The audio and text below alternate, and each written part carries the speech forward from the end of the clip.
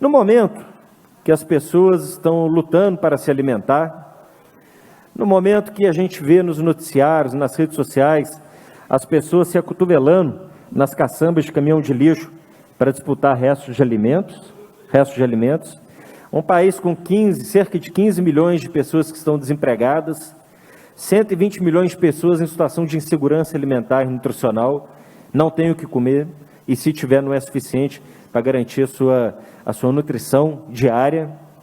Um país que o subemprego aumentou demais em condições super precárias. Um país que vive uma situação dramática do aumento do custo de vida, dos alimentos, da energia, do combustível, enfim, um aumento absurdo. O que a gente tem visto de exemplo do governo federal e esforço nesse cenário é um negócio absurdo. Eles vivem em outro país, eles vivem em outro planeta.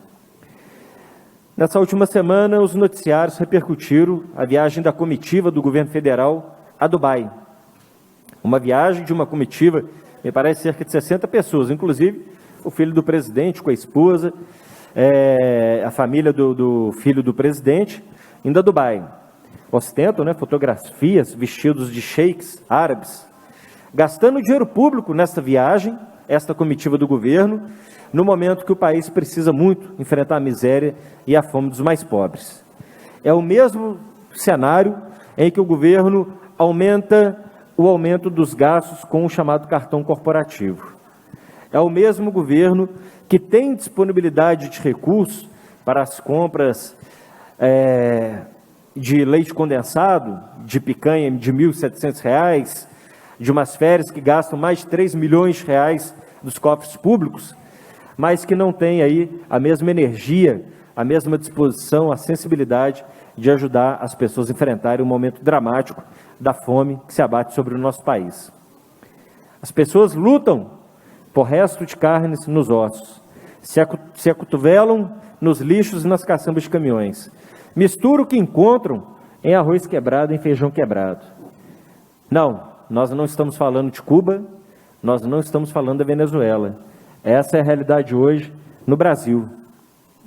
Uma das coisas que eles mais diziam era que precisavam vencer as eleições, tirar o PT, para que esse país não se transformasse numa nação comunista, numa nação como a Venezuela. Pois bem, foram eles que trouxeram o país sob os piores contingentes, sob as piores condições e indicadores econômicos e sociais que nós já vimos aí na história recente do nosso país. Então, fica aqui também, mais uma vez, o registro da nossa indignação diante de um governo que, se não mata o povo pela ausência do investimento em saúde, da vacinação que deveria ter acontecido há mais tempo, é um governo que deixa seu povo sucumbir às piores condições econômicas, de miséria, de pobreza que nós estamos vivendo.